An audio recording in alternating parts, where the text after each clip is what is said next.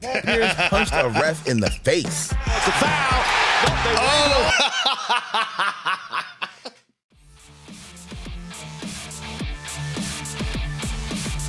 All right, welcome back to the show, everyone. Hope you all are having a good day so far. So today I wanted to just check out something funny, and what we're gonna check out, I'm gonna react to a video from the channel Dime, and this one is titled "When NBA Players Fight Referees." So I don't think I need to really talk much on the intro about it. Yeah. I definitely game to watch some NBA fighters fight some referees and see some ridiculousness. So, like I always do, guys, I'm linking the original video down below in the description. That way you can check out Dime's channel if you feel like it. It's a funny channel, I'm not gonna lie. Also, you see a list of channel members, and there is a new channel member. Hold on a second, everybody. I always forget to do this. Shout out to new channel member. Fanta de Costain.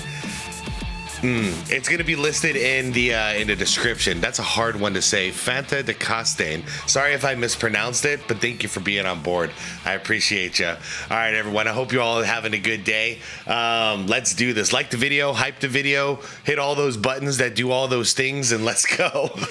These are times NBA players fought referees. Oh, he's going to get tossed. There it is. Scott Foster says goodbye. Oh, and there, he threw his mouthpiece and hit him in the back. Yeah. And first, Carlos Boozer swung for the ref's children. Oh, Wow. He did get it.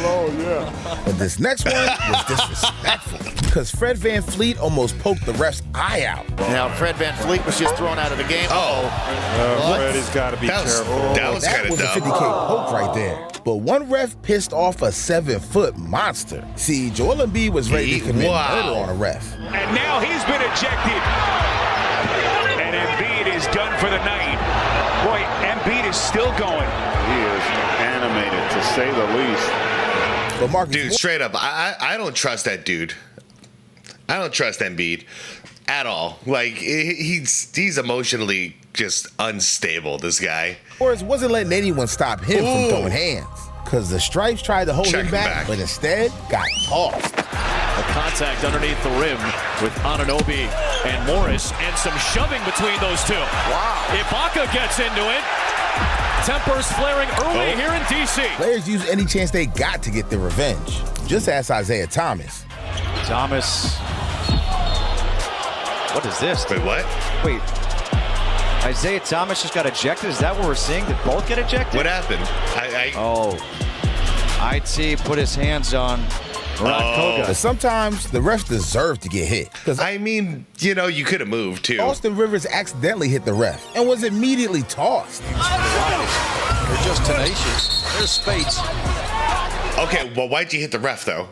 This one's stupid. Like the last time I was thinking the ref could have got out of the way. This time the ref was not in the way. Why'd you have to pop him in the? I know he didn't hit him like hard, but come on, he's not your homie. He's the authority of the game. He's the referee. Ooh, wait a minute. He's been thrown out of the game. He's been thrown out of the game, and they may have to take Doc with him. And he's liable to get fined if he doesn't get off here quickly. Now for Dennis Rodman, I don't know that one.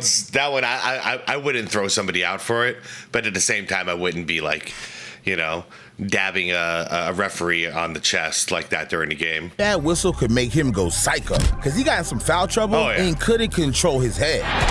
Ted Bernard. It looked like he headbutted him. He just was trying to make his point. They're trying to grab him, and now he throws his jersey back out of court, very upset. Dog, if I was reffing Robin's games, I'd give him every call just to stay alive. But Paul Pierce punched a ref in the face. It's a foul. Shit.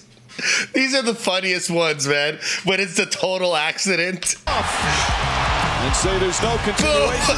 This next one was just nasty. See, Amir Johnson got into a scuffle with the zebra over the ball. And when words weren't enough, he threw his mouthpiece. Oh, man. He threw his mouthpiece and hit him in the back. Yeah. What is that all about? For Amir Johnson, you don't like to see that. Come on, Who throws bro. a mouthpiece, bro? A ball? But look, some refs deserve to get slapped in the face. See, Jeff Teague was playing back in Indiana, his hometown. So you already know his mama and his sister, they were there to cheer the boy on. That's when referee Tony Brothers took things way too far. My mama and my aunt Niecy was sitting courtside, and they had my jersey. They cheering and shit every time I came in the game. And he like pulled me to the side. He was like, "Man, who them hoes?" Oh, hell no. I lost it. I was like, "That's my mama, you blah, blah, blah." I'm gonna start going crazy. And he kept apologizing. Like, nah. But nobody was as unhinged with the refs like Anthony Edwards. Cause he's dropped 6 figures in fines this year alone. But against the Grizzlies, he left the refs fingered. Up top! Lefty smash! Oh, Edwards called for a technical foul. Wait. Oh! I think That is unlike you. that's all of our faces. Oh, I didn't do the Fans towel. weren't cutting it for the Ant-Man. But Steph Curry had weapons for the refs. See, in Game 6 of the That's what you do when you just want to go home early. Just say, screw it. Kick me out. 2016 Finals, Steph fouled LeBron and almost lost control. Deflected rebound. And a foul on Curry. Oh. Curry's going to get it with a technical. He throws his mouthpiece. Hold on. I want to go back to the actual call. Fouled LeBron and Where? Okay. almost lost What are you doing? control. Oh. Deflected rebound. Bro, they called that a foul? Yeah. Oh, I mean, I understand why he's freaking out here. And a foul. In the finals, right? This is the 2016 finals? In the finals, they called that foul? Curry's going to get it with a technical. He throws his mouthpiece after fouling out of the game. And it hit a fan, Mike. But he wasn't done with the slobber guard just yet. See, in 2023, he wasn't trying to miss, because an obvious foul call at the end of the game made Curry lose it. Steph Curry has been ejected with 1:14 to go and Golden State leading by 2. Allen Iverson. Okay. Everybody, you got to stop throwing the mouth guard. That's pretty nasty, man. Just figure something else out. You're going to get thrown out anyways. You might as well throw a punch. Took his beef with the refs to another level, because against the Detroit Pistons, they had it out for him. Against Hunter, he was looking for a foul. The offensive foul was called. He almost threw the ball. Then he thinks he gets fouled on this breakaway. Also goes down hard to get the layup. Finally, he decided it was time to say something. The ball gets twirled, and whatever came out of his mouth was a little twisted too, and there's the technical. What? And now they call palming the ball. Yeah, they weren't done. Because in 2007, he was traded to the Nuggets. Yeah, you know if they're calling palming the ball on anybody. Yeah, that's revenge. And on his first game back against his former team, he got ejected. So Steve Javie has just thrown Allen Iverson out of the game. And on the way out, he said he wanted Javi dead. This obviously didn't sit right with refs around the league, so they made their next mission to get him back. Allen Iverson, although he carries the ball all the time and it's never called, we were going to enforce that rule against him that night. And we went out in the first half and we all each took a turn. We had a pact. We're all going to call a palming violation on him, and we did that. And I did tell, Tommy to bet against Denver that night. And Iverson came up to me during a free throw, and he said, "Tim, how long is this going to go on for?" Damn, that shit went too far. And that's why Rasheed didn't just beef with refs. He made it his career-long mission to cause havoc. I mean, this dude was getting texts just for staring. Well, by the way, I think that also just proves that it's not the refs that, in the modern league, we're sick and tired of all these calls not being, called. Sorry, I could have figured out a better way to say that. But we're figuring out about all these, travel calls and whatnot, offensive foul calls. We're not saying, well, they're seeing it. They're just told not to call them. Whack! Get out! Whack! Yeah, she was public enemy #1 for officials. What's he whack? went to the basketball guds and created his own rules. Whenever Wallace got done wrong, he let the ball decide. I want to talk to Sheed. Was he calling you whack, Sheed? It's right or wrong. Dragon.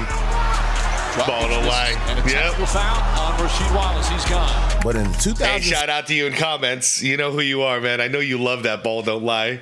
season, he just couldn't contain his rage. I mean, he racked up 38 technicals in a single season, a record up to that point. But the next year, he broke somehow more than Dennis Rodman. It with another 42-point pile on. And if you didn't think he was serious enough, he took his issues off the floor. Look, after the Celtics got their heart ripped out in Game 7 of the 2010 Finals, Rasheed tried to break into the referee's locker room. But even to this day, the sight of a referee makes him sick. Yo, I ain't got no love for them cats. Y'all cats is out there cheating. Yeah, I'm gonna give y'all everything I got. And guess what? You gonna hear what I gotta say. I don't care about no fine. Because with me, it wasn't about the money. Because you can't control me with the money. That's what they think they can do. Oh, I'm going to give you a tech. Go ahead, tech me. But guess what? You only got that power for 48 minutes. What about when we off of this court and I see your ass? Man was getting worked up just talking about it. She goes too far, man. She goes too far. I get what he's saying, and like, you know, when it comes to the hood or the street, like, this is how it goes. But man, you can't be assaulting a ref. Like, you can't. You just can't do it. Not the refs. But they're lucky he never went off like Nick Van Exel. See, referee Ryan Gerritsen hit Nick with a tech, which had Van Exel shoving him across the scores table. Van Exel has been suspended for 7 games and fined a record $25,000. That's his punishment for shoving referee Ron Gerritsen in last night's game at Denver. The shove was so unbelievable, even Magic was disgusted. It's bad, and I want him to know that. You just don't do it. It's a respect that you've got to have for the referee. But if Nick wasn't going to learn on the court... that was Magic right there stepping in, huh? Gotta have the referee. There you go. There you go, Vet. There you go. Nick wasn't going to learn on the court. His pockets made him humble. For those who are confused, this is when Magic had his, like, short little comeback. 96, I think it was. That freakout cost him $25K in fines, but that was just a fraction. I mean, Van Exel was banned for the final 7 games of the season and missed out on another $161K. Damn. But even his mentor, who told him to control himself, couldn't take his own advice. Look, just 5 days after Nick's freakout, Magic Johnson met Scott Foster and had the same issues. Magic. Thought he was fouled. Oh, he wanted the foul. Technical foul, and now he just bumped the official, and he's gone. But look, we gotta talk about... Damn it, Magic. Why'd you gotta do it? Why'd you gotta do it? About the time refs changed the outcome of a series. Oh, man. I don't like talking about this series, man. This was the biggest, like, fraud I've ever seen. Not fraud, but, like, this was fixed. You know me. I don't sit around and call things fixed like left and right like a lot of people do. This is the most fixed series I've ever seen in my entire life.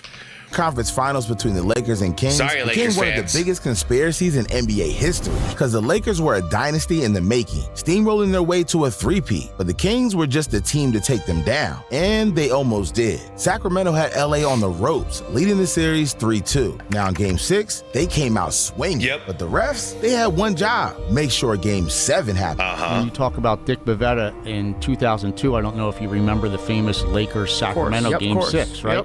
He openly said to a lot of us that he was the NBA's go-to guy. He was put on Game 6s to make sure they went to a Game 7, and that was one of the most up, games in the history of the NBA. See, by the time the fourth quarter rolled around, isn't it sad to see it?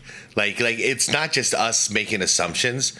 There's a referee who was involved in this who's actually just telling us the truth. And yet still some people will doubt it and deny it. Have fouled out on sketchy calls like this. Yeah, what is that? Like, it didn't even look believable. And I watched this whole series live. And if that wasn't bad enough, me and my brother were yelling at the TV. Couldn't even let Kobe breathe. I'm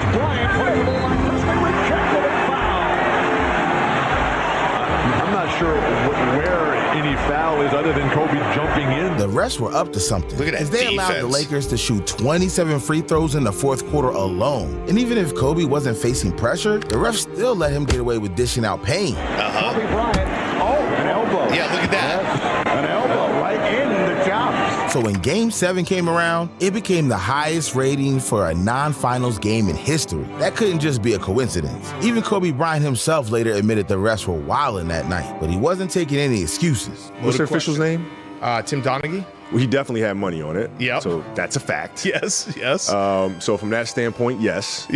But from the Kings missing 20-something free throws in Game 7. Good point. Good point. Unless People you go and forget check their bank accounts, I don't know what else to tell you. People forget that. And no matter how much, I agree, and I admire Kobe for at least admitting that. Yeah, well, we can't deny it. Like there was some shady stuff going on in Game 6, and I get what you're saying about Game 7, Kobe.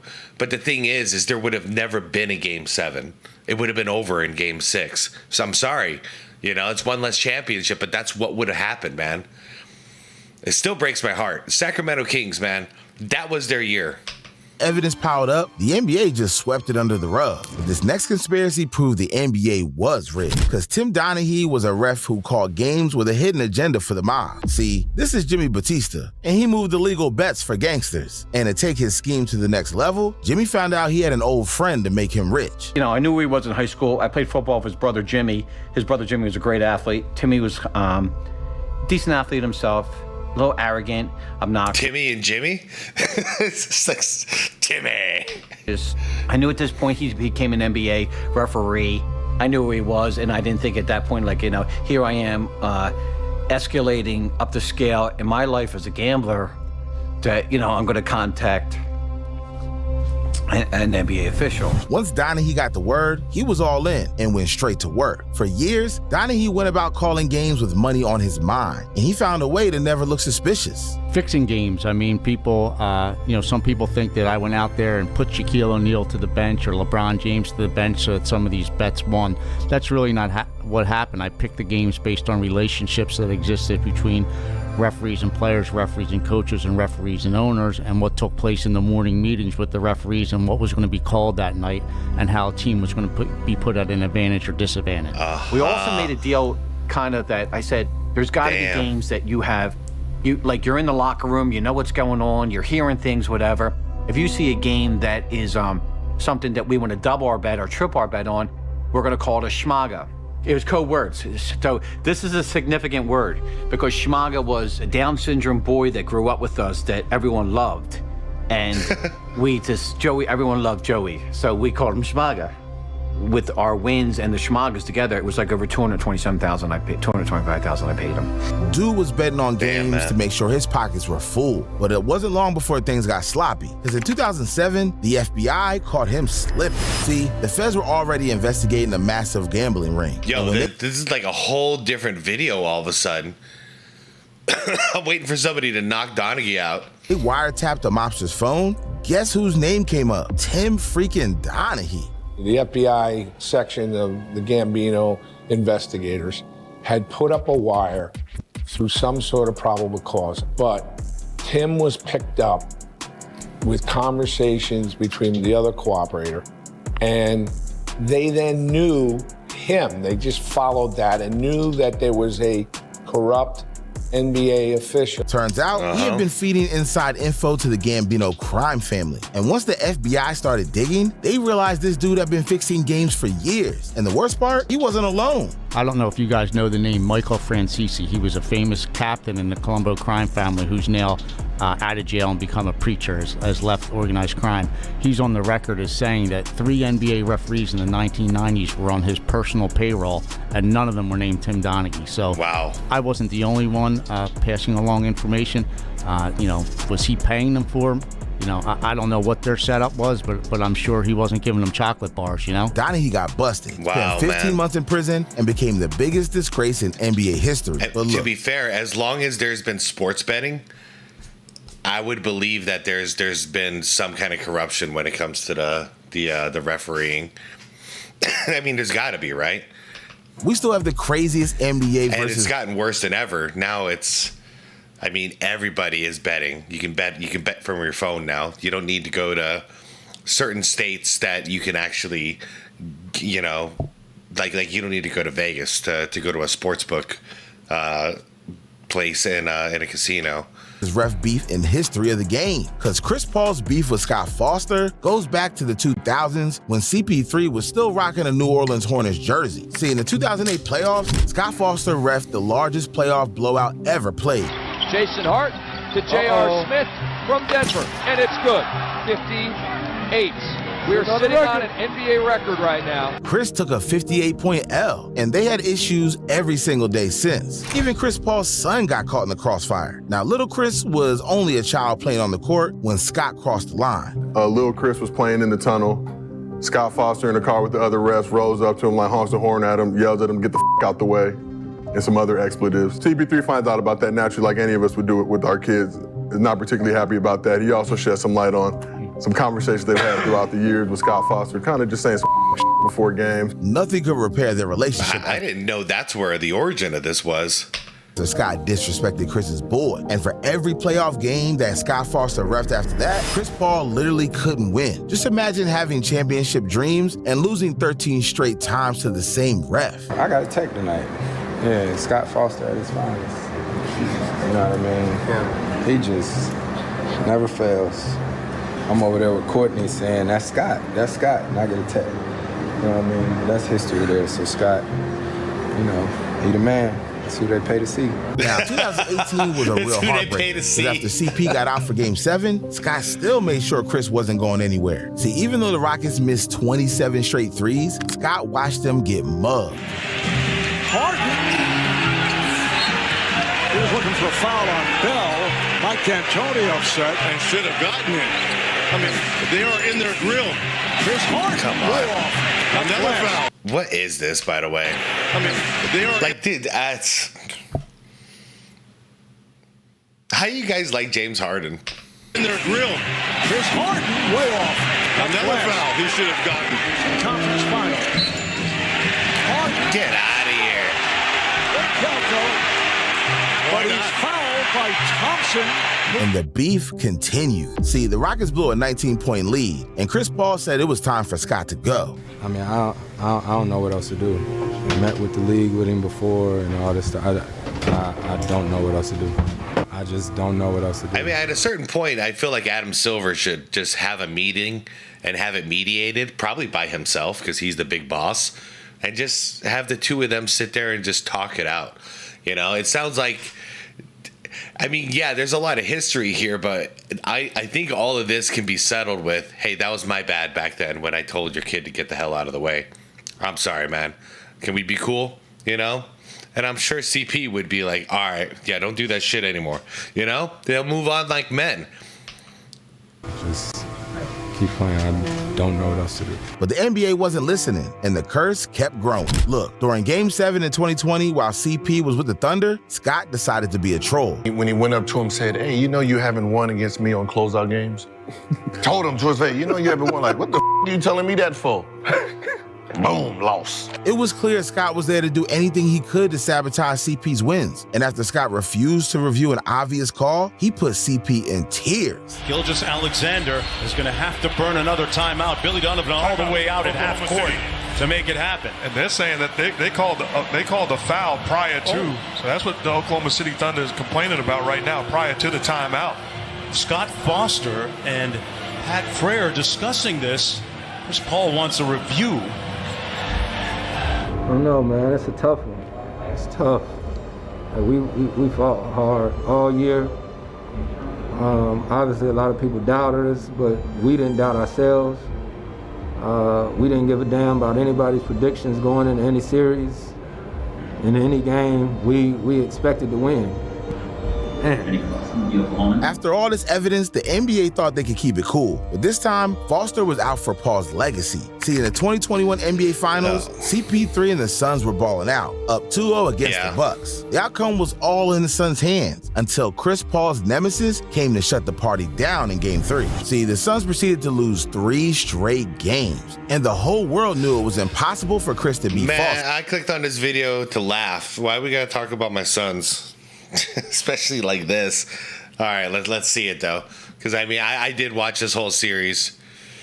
Giannis destroyed us. It is what it is. But okay, let's see what the refs did to help it. But once the officials were announced, everything flipped. And before the game, Chris begged Scott to show him some mercy. This was before the game. An interesting long discussion, Scott Foster and Chris Paul. Next thing you know, Giannis was tearing down rims on the way to 50 points. Well, I mean, that wasn't the ref. Holding on to the ball. The spin move. The finish. To get off his mid-range jumper. Middleton inside. Nice entry pass. And 50 points. Chris Paul had a ref controlling his life, and in 2023, it finally hit him. I mean, I don't know if you guys noticed that one. Like, I get it. I get what Dime is trying to say here, but I don't think listen, I'm a Suns native. Obviously, I'm heartbroken about the Suns losing there. It would be very easy for me to say that the refs fixed it and that's why we lost. I don't think that's the truth, you guys. I think we got beat, you know? And I remember there were some people around here, you know, some of my friends and stuff, they were complaining about Giannis getting a lot of calls, but he was also attacking the basket over and over and over again. You know what I mean? So we couldn't stop him. We did foul him a lot. I give them the victory fair and square. It was what it was. I didn't see the refs fixing this. Boiling point, because Chris was called for a flop. Then Foster brought up Chris Paul's son, so CP3 wanted to fight. This has been going on for a good 45 seconds. This has been going and now on a technical foul. Yeah, this has been going on for years. He had enough after a lengthy conversation. Don't know if Chris Paul had said something different. And maybe he's going to get tossed. There it is. Scott Foster says goodbye. And now Steph Curry grabs Chris Paul to hold him back from going back at Scott Foster. Chris finally couldn't hold it in any longer. It was for reasons that went back to his kid. We had a situation some years ago, and it's personal. You know what I mean? Like, the league know, everybody know, it's been a meeting and all that, and it's just a situation with my son, and so I'm okay with a ref talking, you know, saying whatever, saying just don't use a tech to get your point across. Scott Foster has ruined the point guard's career. I mean, and that's a good point, too. In this situation like that last one, they're talking back and forth. So then all of a sudden, when he doesn't want to talk anymore, calls a tech. That's like, you know, that's like a false warm blanket, basically. Like Chris Paul feels safe they're having this conversation, they're having this discussion. But yeah, man, then the ref pulls the authority whenever he feels like it. Unless Chris Paul says something nasty, you know what I mean?